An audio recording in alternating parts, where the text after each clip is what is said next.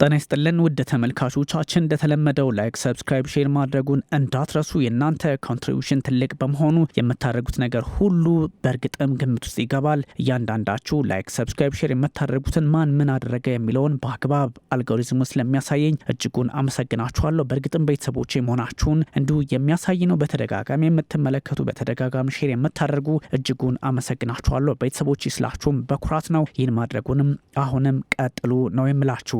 ዛሬ የፖፕ ፍራንሲስን የቀብር ስነ ስርዓት የተመለከቱ ጉዳዮችን በስፋት አጋራችኋለሁ። ፖፕ ፍራንሲስ ማን ናቸው? ፖፕ ፍራንሲስ የተለያዩ ባህሎችን ሰብረዋል እየተባለም ይገኛል። በቀብር ስነ ስርዓታቸው ላይ የትኛው መሪ ተገኘ? ዶናልድ ትራምፕና ዘለንስኪም ተገናኝተዋል የሚሉ መረጃዎችን እንዲሁ ነግራችኋለሁ። ከዚህ ባሻገርም የእስራኤሉ ጠቅላይ ሚኒስትር ቤንያሚን ኔታንያሁ ከአራት ቀናት በኋላ እንዲሁ የሀዘን መግለጫ ሰጥተዋል የሚሉትን መረጃዎች በስፋት የማስመለክታችሁ ይሆናል።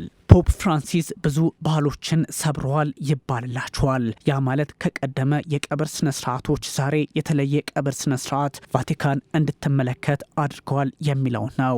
ለዘመናት የቆየውን በጽድ በሊድና በሉጥ መሳይ ዛፍ አይነት የነበረውን አስክሬን ሁኔታ ዛሬ ለውጠው በዚንክ መስመር በእንጨት የተሰራ ሳጥን ላይ እንዲቀበሩ አድርገዋል ነው ነገሩ። በርካታ ጉዳዮችን ፖፕ ፍራንሲስ ከዚህ ቀደም ከነበረው በተለይም የካቶሊክ ባህልን ተሻግረው የተለያዩ ነገሮችን በቀብር ስነ ስርዓታቸው ላይ እስከሚቀበሩበት ቦታ ድረስ እንዳደረጉ የሚጠቁም ተብሎ ይታሰባል። በቅዱስ ጴጥሮስ አደባባይ ከ250 ሺህ በላይ ሰዎች ተሰባስበዋል። ቫቲካን እንዳለችው ከሆነ ይህ ቁጥር ደግሞ እጅግ በርካታ ሰዎች በቫቲካን በቅዱስ ጴጥሮስ አደባባይ የተሰባሰቡበት የቀብር ስነ ስርዓት ያደርገዋል።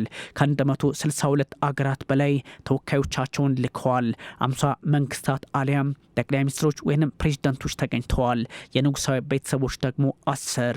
ታዲያ እንዲህ አይነቱ ነገር እጅግ ትልቅ ትርጉም የሚሰጥ ሲሆን በአውሮፓ ምድር ደግሞ የካቶሊክን ትልቅ ሚና የሚጠቁም ያደርገዋል። እነዚህ ሰዎች ታዲያ ካርዲናሎችን ጭምር ከ200 በላይ የሚሆኑት መገኘታቸው ትልቅ ትርጓሜ ያለው ነው ተብሏል። ትራምፕና ዘለንስኪ ደግሞ በዚህ መድረክ ላይ በቀብር ስነስርዓቱ ላይ መገናኘታቸው እንዲሁ አነጋጋሪ ሆኗል። ከቀብር ስነስርዓቱ በፊት የተገናኙ ሲሆን በርካታ ሀሳቦችን እንዳነሱ ተነግሯል። ታዲያ በዚህ በስነ ስርዓት ላይ የመገናኘት ነገር ለበርካቶች እንደ መልካም አጋጣሚ ሊቆጠር ይችላል። ኢምፕሮምፕቱ ዲፕሎማሲ ይባላል። ወይንም ደግሞ ድንገተኛ አይነት ድንገቴ የዲፕሎማሲ አካሄድ ማለት ነው። የአሜሪካው ፕሬዚዳንት ዶናልድ ትራምፕ፣ የእንግሊዙ ጠቅላይ ሚኒስትር ኬር ስታርመር እንዲሁም የዩክሬኑ ፕሬዚዳንት ዘለንስኪ፣ ሉላ ዳ ሲልቫ የብራዚሉ ፕሬዚዳንት፣ የአርጀንቲናው ፕሬዚዳንት ጃቪር ሚለር የተገኙ ሲሆን ነገሩ የቀብር ስነ ስርዓቱ እጅግ ሳቢ እንዲሆን አድርጎታል ተብሏል። ከዚህ ባሻገርም የእስራኤሉ ጠቅላይ ሚኒስትር ቤንያሚን ኔታንያሁ ከአራት ቀናት በኋላ የሀዘን መግለጫ መስጠታቸው አነጋጋሪ ሆኗል። ለምን ከአራት ቀን በኋላ የሚለው እንዲሁ የበርካቶችን ሀሳብ የሳበ ሲሆን ሁኔታው ግን ዛሬ በሰፊው ወይንም በተለመደ መልኩም ባይሆን የቀብር ስነ ስርዓታቸው ተፈጽመዋል። ይህ የሆነበትን አጋጣሚ ደግሞ በርካቶች ሲመለከቱት ነገ ከነገ ወዲያ እስከ 9 ቀናት በካቶሊክ እምነት አማካኝነት በተለይም በቫቲካኖች እንዲህ አይነቱ ነገር እስከ 9 ቀናት ሊቀጥል እንደሚችል መረጃው ግልጽ ያደርገዋል። የርዕሰ ሊቃነ ጳጳሳት ፍራንሲስ የቀብር ስነስርዓት እየተካሄደ ባለበት ወቅት በርካታ ስነስርዓቶች ተመልክተዋል። ዓለም ደግሞ በርካታ ጉዳዮችን ከማየቷን ባሻገር ፖፕ ፍራንሲስ የሚለውም ደግሞ ማናቸው የሚለውም እንዲሁ ከግራም ከቀኝም እየወጣ ይገኛል። የሮማ ካቶሊካዊት ቤተክርስቲያን ርዕሰ ሊቃነ ጳጳሳት ፍራንሲስ የቀብር ስነስርዓት አፈጻጸም አሊያም እየተካሄደ ባለበት ሰዓት በርካታ መሪዎች መገኘታቸው፣ የዲፕሎማሲ ስራዎችን መሰራታቸው እንዲሁ አነጋጋሪ ሆኗል። በመሃል ቫቲካን ቅዱስ ጴጥሮስ አደባባይ የሆነ ነው። ታዲያ በዚህ መርሃ ግብር ላይ የተለያዩ ሀገራት መሪዎችና የሃይማኖት አባቶችን ጨምሮ ከ250 ሺህ በላይ የሚገመቱ ምዕመናን ወይንም ደግሞ ሰዎች መገኘታቸው በእርግጥም አነጋጋሪ ያደርገዋል። ርዕሰ ሊቃነ ጳጳሱ በደረሰባቸው ከፍተኛ የሳምባ ህመም ከዚህ በፊት ማለትም ሰኞ ለማክሰኞ ህይወታቸው ማለፉ የሚታወስ ነው። የሳምባ ህመም የሕክምና እርዳታ ሲደረግላቸው ነበር። ሰኞ ዕለት በ88 ዓመታቸው ህይወታቸው ያለፈው ፖፕ ፍራንሲስ ቀብር ስነ ስርዓታቸው ሲፈጸም በርካታ ነገሮችን አስተውለዋል። ርዕሳነ ሊቃነ ጳጳሳት ፍራንሲስ ለመጨረሻ እረፍታቸው የመረጡት ቦታ ደግሞ አነጋጋሪ ሆኖ የቆየ ከዚህ ቀደም ከነበረው ትንሽ ለየት ያለ መሆኑ በርካቶችን እንዲሁ ሲያነጋግራቸው ውለዋል። ፖፕ ፍራንሲስ በራሳቸው ዓለም አቀፋዊ ተጽዕኖ ፈጣሪነታቸው ከፍ ያለ ከመሆኑም ባሻገር ለበርካቶች አባት ተደርገው ይቆጠራሉ። ለዚህም ሳይሆን አይቀርም የእስራኤሉ ጠቅላይ ሚኒስትር ቤንያሚን ኔታንያሁ ከአራት ቀናት በኋላ የሀዘን መግለጫቸው ማንነታቸውን ያሰፈሩት። ይህ ማለት ለፍልስጤማውያን የታገሉ ወይም ደግሞ ፍልስጤማውያን ወይም የጋዛ ሰዎች ለምን በዚህ ልክ ያልቃሉ የሚል ጥያቄ በማንሳታቸው ነው። ለዚህም ነው ፍልስጤማውያን በበጎም ሲመለከቷቸው የነበረው። የሮማ ካቶሊካዊት ቤተክርስቲያን ሊቀ ጳጳስ ብፁዕ ወቅዱስ ርዕሳነ ሊቃነ ጳጳስ ፖፕ ፍራንሲስ እንደ አውሮፓውያን አቆጣጠር 2022 ላይ ኑዛዜ አድርገው ነበር።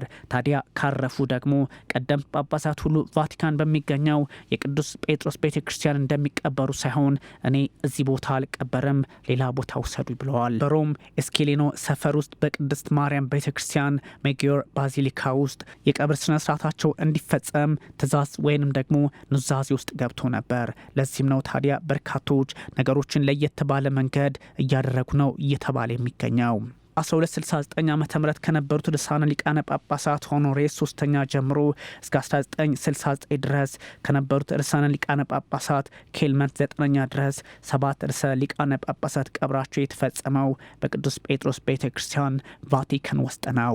ቅዱስ ጴጥሮስ ቤተክርስቲያን ግንባታው ከተጠናቀቀበት ጊዜ አንስቶ ያ ማለት ከ1626 አንስቶ ከ31 በላይ ርዕሳነ ሊቃነ ጳጳሳት ውስጥ 24ቱ በቤተክርስቲያኑ ዋሻ ውስጥ እንደተቀበሩ ወይም ደግሞ እንዳረ ይነገርለታል።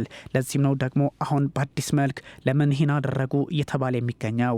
ርዕሳነ ሊቃነ ጳጳሳት ፖፕ ፍራንሲስ ከቫቲካን ውጪ ቀብራቸውን ለማድረግ የፈለጉት ለኢየሱስ ክርስቶስ እናት ለቅድስት ማርያም ባላቸው የተለየ ፍቅር ባላቸው የተለየ ቦታ እንደሆነ በወቅቱ ማለትም ከ2 ዓመታት በፊት መናገራቸው የሚዘነጋ አይደለም። በርካቶች ሀሳባቸውን ሲሰጡ ነገሩ ውስብስብ ሊመስል ቢችልም ፖፕ ፍራንሲስ ግን ያደረጉት ነገር ሁሉ ለቅድስት ማርያም ካላቸው ክብር አንጻር እንደሆነ ተናግረዋል። ይህ ማለት ታዲያ የተለያዩ ዓለም አቀፍ ሚዲያዎች በወቅቱ የዘገቡት ነው። ፖፕ ፍራንሲስ በ5ኛው መቶ ክፍለ ዘመን ከተገነባቸው የቅድስት ማርያም ቤተክርስቲያን ጋር የተለየ ግንኙነት አሊያም ደግሞ አግባብ እንዳላቸው ይነገራል። ከ100 ጊዜ በላይም እንደ ጎበኟት ታሪካቸው ወደኋላ መልሶ የሚጠቁም ሲሆን ነገሩን በዚህ ልክ እንዴት አዩት ለማለትም የኢየሱስ ክርስቶስ እናት ስለሆነች ብቻ ብለው የሚያምኑ ደግሞ በርካቶች ናቸው። ባለፈው ዓመት በ2024 አንድ መልእክት ወጥቶ ነበረ። በዚህ የአምልኮ ስነስርዓት ላይ ደግሞ ርዕሰ ሊቃነ ጳጳስ ፖፕ ፍራንሲስ በአንድ ዚንክ በተሸፈነ እንጨት ሳጥን ውስጥ እንደሚያርፉ ተናግረው ነበረ። አሁንም ደግሞ ቀደም ሲል እንደተባለው ያለ ማድረግ ተገደዋል። ከእርሳቸው በፊት የነበሩ ርዕሳነ ሊቃነ ጳጳሳት ቤኔዲክት ደግሞ 16ኛው ማለት ነው ሬሳ ሳጥናቸው ውስጥ ነው የተቀበሩት። ነገሮች መልካቸውን እየለወጡ እንደመጡ የሚጠቁም ቢሆንም የፖፕ ፍራንሲስ ግን ከዚህ ቀደም ከነበረው ለየት እያለ መጥቷል። ርዕሳነ ሊቃነ ጳጳስ ፍራንሲስ የሳምባ ምች ህመማቸው በርትቶባቸው ህይወታቸውን ቢያጡም 88 ዓመታቸው ላይ ትልቁን የካቶሊካዊት ቤተክርስቲያን ስራ ሰርተው እንዳለፉም ይነገርላቸዋል።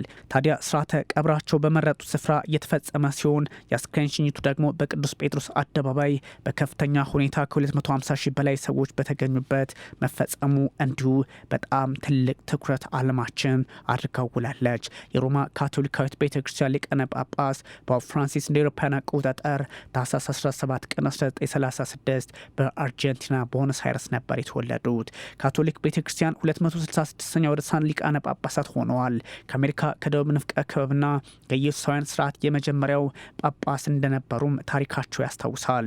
በቤተክርስቲያኒቱ ታሪክ ከሶሪያ ተወላጁ ግሪጎሪ ሳልሳዊ በኋላ እርሳቸው የመጀመሪያ ሆኖ ነበር። ያ ማለት ከአውሮፓ ውጪ ጳጳስ ሲሆኑ በካቶሊካዊት ቤተክርስቲያን። ሶሪያው ሊቀ ጳጳስ ግሪጎሪ ሳልሳዊ ያረፉት በ741 ዓመተ ምህረት እንደነበር የሚዘነጋ አይደለም። ከሳቸው በኋላ አውሮፓዊ ያልሆነ የመጀመሪያው ጳጳስ ሆኖ ተመርጠዋል። ለቫቲካን ቅዱስ ጴጥሮስ መንበር ጀስዊት ወይም ኢየሱሳውያን ከሚባሉት ጎራ የመጡ የመጀመሪያው ሊቀ ጳጳስ ነበሩ። ፍራንሲስ የተወለዱት ከጣሊያን ስደተኞች ነው። በቦነስ አይረስ በአርጀንቲና ዋና ከተማ ለወላጆቻቸው የመጀመሪያ ልጅ ናቸው። በዚህ ከተማ ደግሞ ከሌሎች 4 እህትና ወንድሞቻቸው ጋር ከማደጋቸውን ባሻገር በርካታ የግል ታሪክም ነበራቸው። አባታቸው የባቡር ትራንስፖርት አካውንታንት እንደነበር የሚናገረው ታሪካቸው፣ እናታቸው ደግሞ የመጡት ከሰሜን ጣሊያን ቤተሰብ እንደሆነ ይነገራል። ፖፕ ፍራንሲስ በ10ዎቹ ዕድሜ ውስጥ እያሉ የጤና ችግር ቢኖርባቸውም እስከ መጨረሻው ድረስ 88 ዓመታቸው ላይ ህይወታቸውን አጥተዋል። ከሃይማኖታዊ አገልግሎታቸው በተጨማሪ በኬሚካል ቴክኒሽያንነት ዲፕሎማ አግኝተዋል። በዚህም ለአጭር ጊዜ በቤተ ሙከራ ውስጥ እንደሰሩ ይነገራል። በ1958 ደግሞ ወደ እምነታቸው እንዳ እንዳዘነበሉ ይነገራል። በ1969 ቄስ ሆነው ከመሸማቸው በፊት በሰብአዊነት በፍልስፍና የስነ መለኮት ትምህርቶችን በመከታተል በኢየሱሳውያን የትምህርት ቤቶች እንዳስተማሩ የሚነገርላቸው ሰው በርካታ ጉዳዮችን ከታሪክም ከእምነትም አንጻር እንደሚያውቁ ይነገርላቸዋል። ከ1973 ከ1979 አርጀንቲና ግዛት ውስጥ በበላይ አገልጋይነት እንደሰሩም ይነገርላቸዋል። የዶክትሬት ዲግሪያቸውን በስነ መለኮት ትምህርት በጀርመን ጨርሰው በ1992 የቦኖስ አይረስ ረዳት ጳጳስ እንደነበሩ ይነገራል። ከዛ በፊት ደግሞ በአካዳሚክስና በፓስተርነት እንዳገለገሉ ታሪካቸው ይጠቁማል። ነገሮች መልካቸውን እየለወጡ መጡ። በ1998 የቦኖስ አይረስ ሊቀ ጳጳስ ሆነው ተመረጡ። በ2001 ደግሞ በዳግማዊ ጳጳስ ዮሐንስ ጳውሎስ ካርዲናል በመሆን እንዲሁ ተመረጡ አሊያም ተቀቡ። ለአውሮፓውያን አቆጣጠር መጋቢት 13 2013 ርዕሰ ሊቃነ ጳጳሳት ሆነው ተመርጠዋል። በቫቲካን የእንግዳ ማረፊያ ውስጥ በመኖር ባለባበስ ባኗኗር ዘይቤ ቀለል ያለ ህይወት መኖርን ጀመሩ። ታዲያ የህዝብ ማጓጓዣዎችን በመጠቀምና የራሳቸው ምግብ አብስሎ በመመገብ እንደሚታወቁ የሚነገርላቸው ጳጳሱ ያው ምንስ ቢሆን ሰው አይደሉ፣ ህይወታቸውን አጡ። የእግር ኳስ ደጋፊ ናቸው ይሏቸዋል። በርካቶች በተለያየ መንገድ ሊገልጿቸው ቢችሉም ለካቶሊካዊት ቤተክርስቲያን ለሰብአዊነትና ለተለያዩ ጉዳዮች ደግሞ ትልቅ ስራ የሰሩ ተደርገው ይወሰዳሉ። ነገሮች በእጅግም ውስብስብ ከመሆናቸውን ባሻገር እንዴት ወደ ሃይማኖታዊ ጉዳይ ማምጣት ይቻላል በርካቶች የሚያስቀምጡት ሀሳብ እየሆነ መጥተዋል።